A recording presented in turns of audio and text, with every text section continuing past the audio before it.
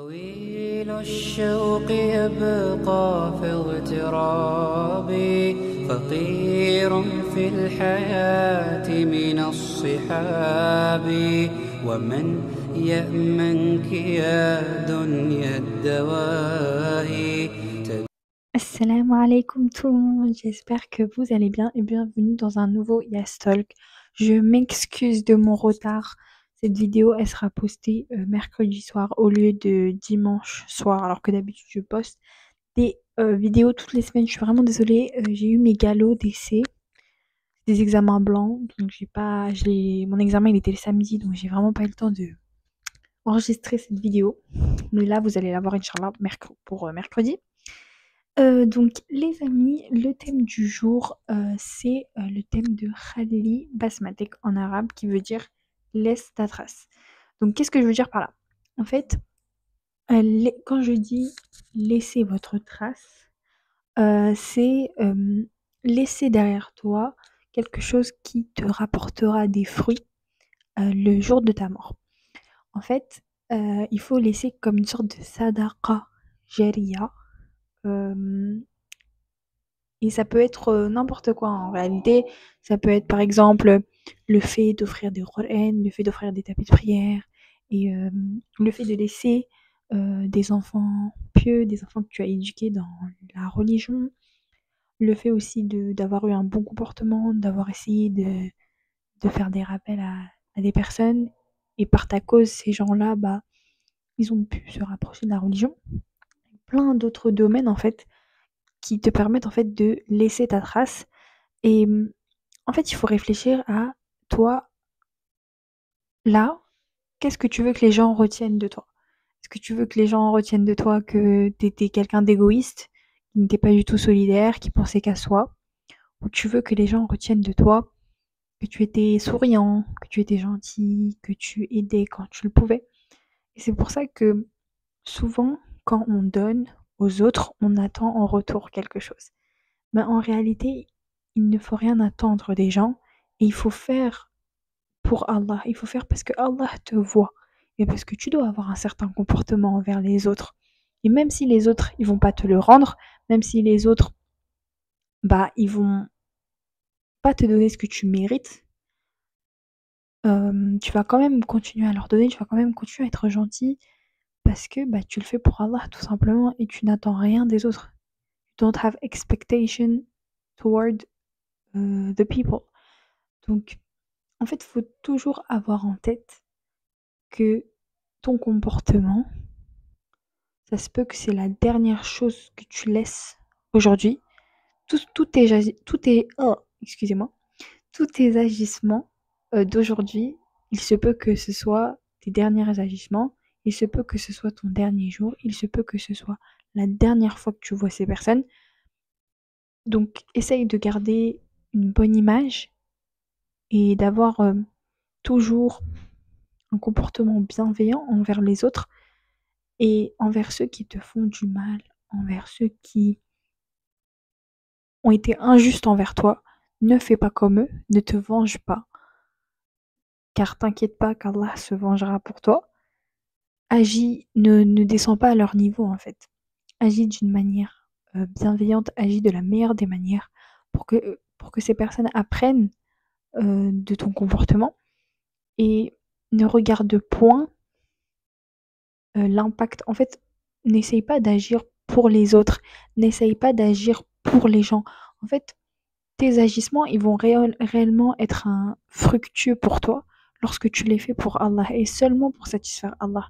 Parce que souvent, on peut tomber dans l'ostentation et se dire oui, je vais prier devant cette personne, comme ça elle va dire que je suis pieux, je vais lire le Coran devant cette personne, je vais lui montrer que j'ai de la connaissance, je vais lui montrer que je m'y connais dans la religion. En fait, non, il faut que tu aies toujours dans ta tête une intention qui est sincère. Et pour avoir une intention sincère, il faut que ton intention, elle soit exclue de tout vice. Et ces vices-là, c'est l'ostentation.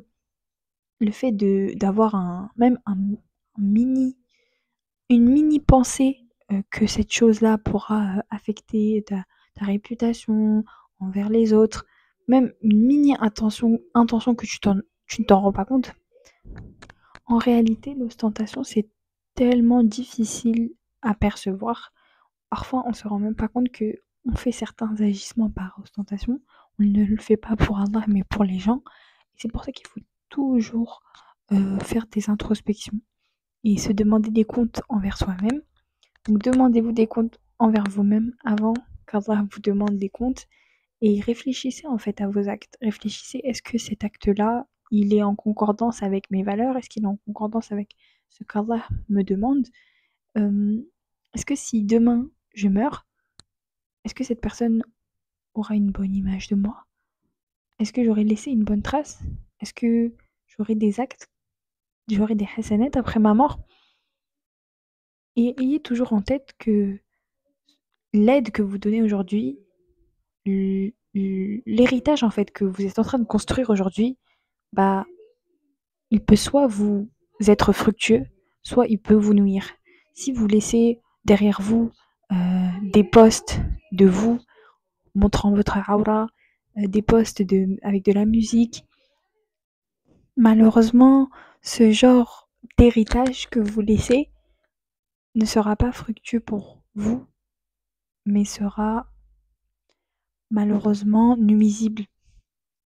Et même pendant votre mort, vous allez avoir des sayyats. Donc réfléchissez avant de faire ce genre d'agissement. Réfléchissez. Vous ne savez pas si demain vous êtes vivant.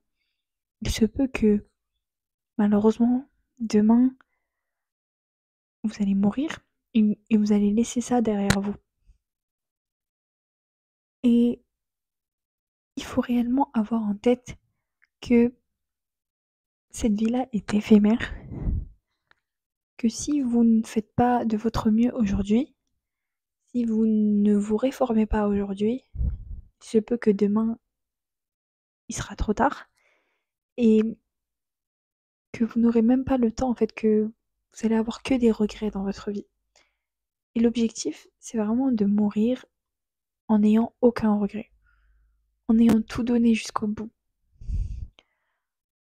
Notre religion est un marathon, c'est pas un sprint, donc il faut essayer de créer des habitudes constantes, des habitudes qui vont être uniformes tout au long de votre vie et qui vont créer réellement il faut réellement créer des pratiques comme des sortes de coutumes dans votre vie qui vont vous permettre d'avoir des hasanats et d'avoir plus de hasanats que possible et de multiplier les hasanats. Au jour de la résurrection, vous serez tellement heureux de voir qu'Allah a multiplié vos hasanats car vous avez impacté les gens. Car à chaque fois que les gens ont lu leur Coran, à chaque fois que les gens ont ouvert un Coran que vous leur avez offert, vous allez avoir des hasanats. À chaque fois qu'une personne va prier par vos conseils, par votre cause, vous aurez des hasanats. Donc pensez à ça. Pensez à votre impact sur les gens. Et pensez à Allah surtout. Pensez à votre comportement. Vous pouvez chaque jour, en fait, créer une atmosphère de khir. Et cette atmosphère de khir va vous permettre, vous, quand vous allez mourir, d'avoir des hasanats. En réalité, ce genre d'action peut s'avérer petite, mais elle peut tellement être fructueuse pour vous plus tard. Et vous n'avez pas besoin en réalité de faire de grandes actions ou de grandes influences, de faire des grosses conférences sur l'islam, etc. En fait, ce qui compte, c'est que de toujours avoir, c'est de toujours rester humble dans vos actions. Il ne faut jamais que vous preniez votre comportement ou votre vie, votre religion pour acquise, car vous êtes très très loin de ce qu'étaient les pieux prédécesseurs. On est très très loin de ce qu'étaient les pieux prédécesseurs. Et il faut vraiment privilégier les actes que vous faites de façon cachée. Et je voulais vous parler d'une histoire que mon professeur m'a mentionnée récemment. Et c'était l'histoire d'un homme qu'on appelait Ashab al-Nuqba. Et cet homme, c'était durant une bataille entre les musulmans et les mécréants. Et cet homme, en fait, grâce à lui, les musulmans ont gagné cette bataille car il a réussi à passer par un trou. C'est pour ça qu'on l'appelle le monsieur du trou, car il a réussi en fait à passer par un petit trou et à faire passer tous les musulmans. Et grâce à cela, les musulmans ont été victorieux à cette bataille. Et cet homme, on ne sait pas qui il est. Il n'a pas voulu donner son identité. Et quand un homme est venu crier pour savoir qui était celui qui a sauvé la situation, qui était celui qui a rendu victorieux les musulmans, cet homme-là n'a rien dit. Il n'a pas dit qui il était. Et il est parti voir l'homme qui l'a appelé et il lui a dit, il s'est fait passer en fait pour quelqu'un d'autre. Il n'a pas voulu dire directement qu'il était celui qui a sauvé la situation. Et il lui a dit, promets-moi que tu ne vas pas me mettre dans tu vas pas mettre cet homme-là dans les registres. Promets-moi que tu ne diras pas qui il est. Et il a dit après, oui, bah, je promets. Et cet homme-là, après, il a dit, oui, c'est moi. C'est moi qui est celui qui est passé par ce trou. Et on voit en fait la modestie de cet homme. Il n'a même pas voulu dire qui il était. Alors que si ce genre de situation se passait aujourd'hui, cette personne ira crier haut et fort, ira dire dans tous les réseaux sociaux sa victoire. Juste regarder par exemple par rapport au Hajj et à la Umrah. Aujourd'hui, les gens, quand ils vont en Hajj, quand ils vont en Umrah, ils le mettent partout sur leurs réseaux sociaux. D'un côté, tu vois, je trouve que ça peut être positif parce que ça peut motiver les autres à faire une Umrah, à faire un Hajj. Mais d'un autre côté, ça peut un peu gâcher cet aspect d'acte pour Allah et ton intention peut malheureusement être viciée en fait. Donc faites attention à ne pas vous retrouver à faire des actes pour les gens. Parce que franchement, c'est tellement difficile de s'en rendre compte. Il faut toujours vous demander, mais pourquoi je fais cet acte? Est-ce que je le fais pour les gens ou je le fais vraiment pour Allah? Questionnez-vous, c'est super important. Et, et malheureusement, si votre acte a une lueur d'ostentation, il peut être détruit. La récompense, elle sera détruite, vous n'aurez même pas de récompense. Et carrément, cet acte peut vous être préjudiciable. Il peut être compté comme une sayyi'at en réalité. Allah, il va vous dire, mais tu n'as pas fait cet acte pour moi en fait. En réalité, tu l'as fait pour les gens. Donc faites des actes cachés. Faites des actes qui sont cachés. Et quand vous voulez faire des actes pour faire da'wah, pour motiver les autres, donnez bien une intention sincère quand vous le faites et restez cachés. Vraiment. Protégez-vous et évitez de trop parler de vos actions, évitez de trop parler de ce que vous faites, évitez de trop dire, parce qu'en réalité, vous n'avez pas besoin de tout ça pour garder une bonne trace. Quand je vous dis garder une bonne trace, cet homme-là, par exemple, euh, le Sahaba Narb, on ne sait même pas qui il est. Et son histoire, elle est arrivée jusqu'à nous. Son histoire est encore présente dans des hadiths, etc. On n'a pas besoin d'en faire des caisses pour laisser une bonne trace. Vraiment. Vous avez juste besoin, par votre comportement, et après, Allah fera le nécessaire en réalité. Mais ayez toujours en tête que vous faites votre acte pour Allah et pour aucune autre créature ou aucune autre personne, que ce soit vos parents, votre mari, votre famille, n'importe qui. Il faut vraiment avoir en tête que vous faites cet acte pour Allah et c'est tout. C'est tout.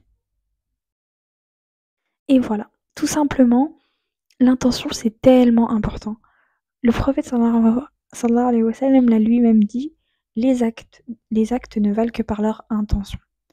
Si votre intention est viciée par une envie d'être célèbre, une envie que les gens fassent vos éloges, une envie que les autres vous remarquent, ou une envie parce que vous avez envie de trouver votre mari, ou avoir, en fait, malheureusement, on peut très vite tomber dans l'ostentation.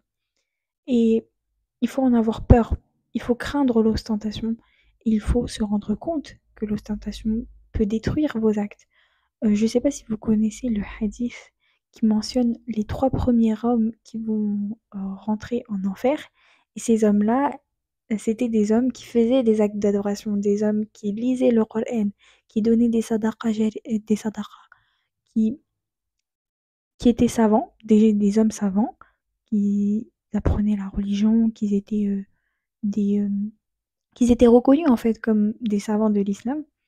Mais Allah leur a dit, vous n'avez pas fait ces actes pour moi, mais vous l'avez fait pour que les autres fassent vos éloges.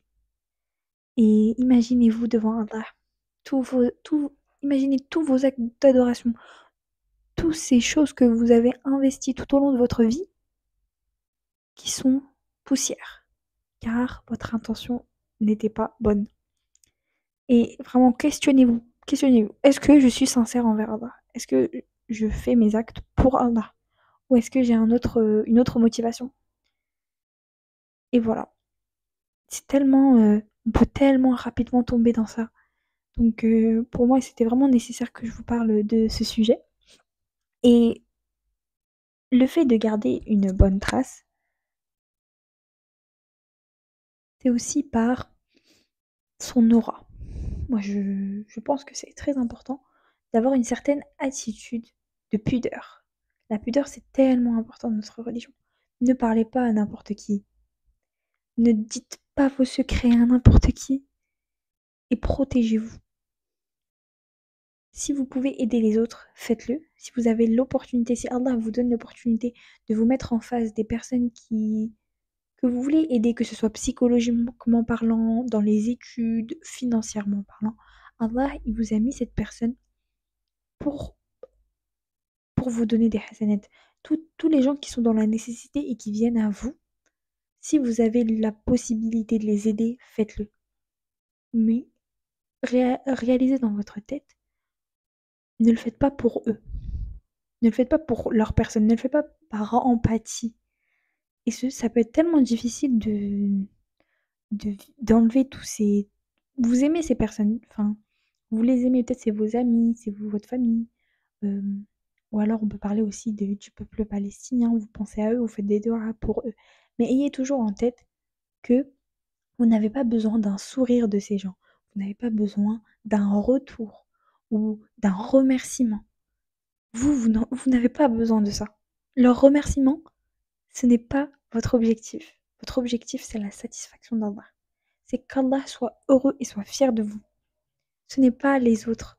Et si vous sentez mal parce que les autres ne vous ont pas donné ce que vous méritiez, si vous pensez ça, parce que les autres n'ont pas satisfait vos attentes, c'est que votre acte, malheureusement, n'était pas pour Allah. Votre acte était pour cette personne, était pour les gens, était pour que les gens disent de vous. Si vous êtes blessé parce que vous n'avez pas eu, quelqu'un n'a pas fait vos éloges, ou quelqu'un ne vous a pas dit que vous étiez bien habillé aujourd'hui, ou je sais pas, c'est que votre acte, vous le faites pour les autres, malheureusement. Et vous ne le faites pas pour Allah. Par exemple, j'ai une histoire. Et il y avait un homme, c'est toujours mon prof qui donne des très bons exemples, du coup je vous les partage. Il y avait un homme en fait qui était tous les jours, tous les semaines, pendant la prière de Jumu'ah, il était toujours au premier rang. Il arrive un jour où malheureusement, il a eu des problèmes, il a eu un empêchement et il s'est retrouvé à ce qu'il soit au deuxième rang. Et cet homme, il a eu tellement honte. Il s'est dit, oh, les autres, qu'est-ce que les autres vont dire quand ils vont me voir au deuxième rang? Et ça faisait presque depuis 30 ans qu'il priait à Jumu'ah. Ça fait depuis 30 ans qu'il prie au premier rang.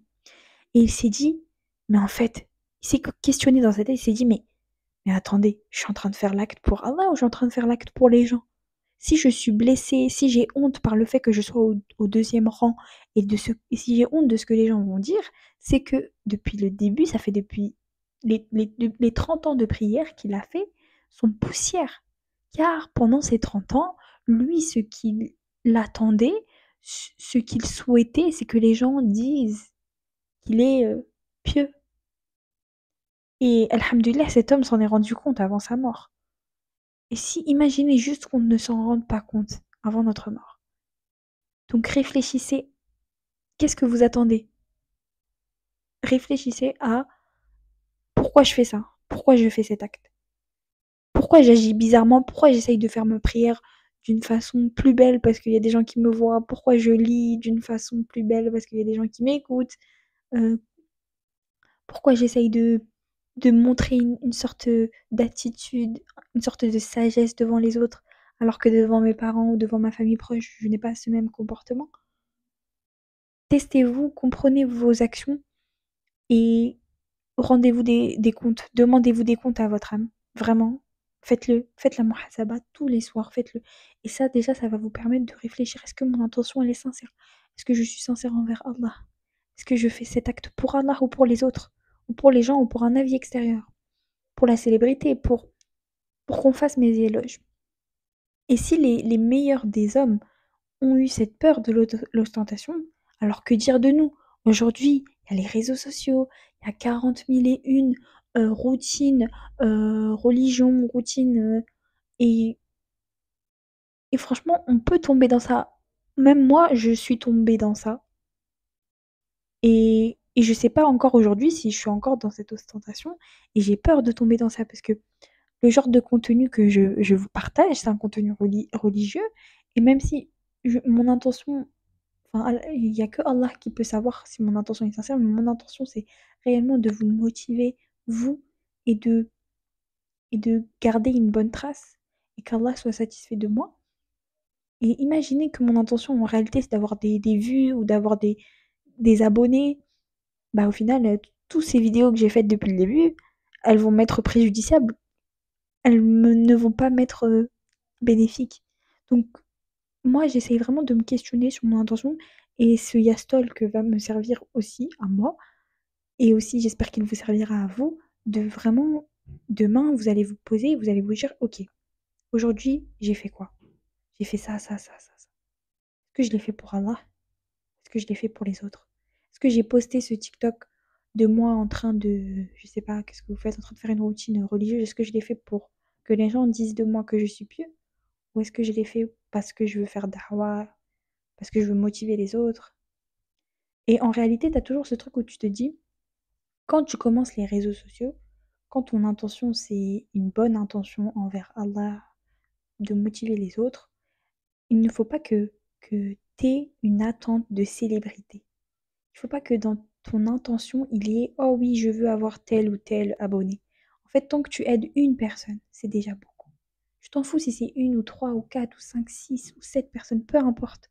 Ce qui compte, c'est que ton intention, c'est de le faire pour Allah. Toi, tu le fais. Et s'il y a 10 ou 20 ou 7 ou une personne qui te regarde, tu t'en fous, t'en as rien à faire.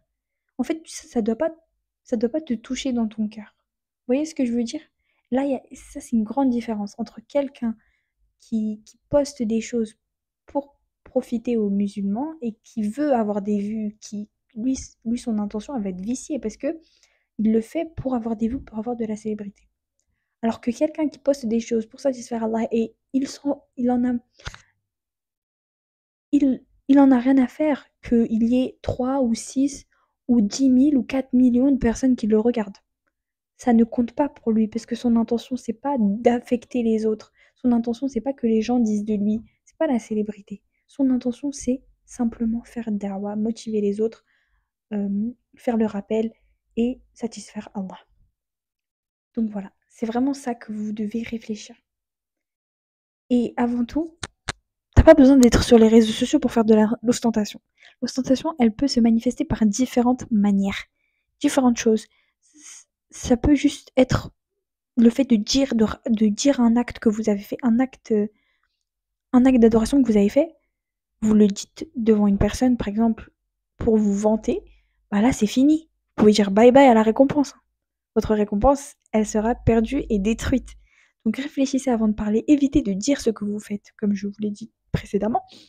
Évitez de dire les bonnes actions que vous faites. Quand vous faites une sadaqa jariya, il faut que la main gauche ne sache pas ce que la main droite a donné. Et si vous le dites, même si parfois ça peut être maladroit, ne le dites pas, réfléchissez, réfléchissez. Et il faut réellement privilégier les actes d'adoration que vous faites cachés. les actes d'ostentation cachés le soir, quand personne ne vous voit, quand personne ne vous entend, quand il y a personne pour vous voir. Carrément, tu vois, si par exemple vous avez passé la nuit à prier, faites semblant que vous avez dormi, ne dites pas ce que vous avez fait. Gardez-le entre vous et Allah. Et s'il y a que vous, toi et Allah qui le sait, bah, de toute façon, pourquoi tu ferais de l'ostentation? Parce qu'il y a que toi et Allah qui le sait. Donc, t'as pas besoin en fait c'est moins facile de tomber dans l'ostentation quand c'est des actions où il y a que toi et Allah qui savent que tu l'as fait. Donc voilà. Et, et le fait de laisser sa trace, comme je l'ai dit, c'est, je trouve pour moi, ça fait partie des devoirs du musulman de, de marcher sur terre en étant humble, de se rappeler en fait que tu es un être humain et que tu marches sur terre. Tu ne marches pas sur Mars, tu ne marches pas sur le paradis, tu marches sur terre. Tu es encore dans une période de test. Et tu dois mettre tous les moyens à ton avantage pour t'accorder des hasanat. C'est ta mission number one, en fait. C'est ta mission number one. Et cette mission, elle pourra être accomplie avec un bonus et le fait de laisser une trace, une bonne trace, d'avoir laissé des bénédictions, d'avoir laissé des enfants pieux, c'est un bonus. C'est un bonus en fait d'avoir des hasanats lors de votre mort, même à votre mort, vous multipliez les hasanats. Donc ne négligez pas ça. Ne négligez pas le fait de donner des Qur'an à une mosquée. Ne négligez pas le fait d'offrir des tapis de prière. Ne négligez pas le fait d'impacter les autres, d'essayer de faire un rappel, comme je le rappelle toujours, dans l'objectif de satisfaire Allah et non par ostentation, et non pour les autres. Et ne négligez pas ces actes-là. Vraiment. Ne les négligez pas. Car aujourd'hui, vous ne voyez pas les fruits, mais demain, au jour de la résurrection, quand vous verrez ces milliers et milliers de hasanats qui ont été multipliés par la pratique des autres, par la lecture des autres, alors que vous étiez mort, vous serez tellement heureux et tellement... Et Allah sera tellement satisfait de vous. Donc voilà les amis, je pense que j'ai fait le tour du sujet, j'ai dit tout ce que je voulais dire, pardon. J'espère que vous avez aimé ce petit Yas Talk. Profitez bien de votre semaine. Qu'Allah vous préserve. Prenez soin de vous, prenez soin de votre foi. Barakallahu fikum. À la semaine prochaine. Bisous.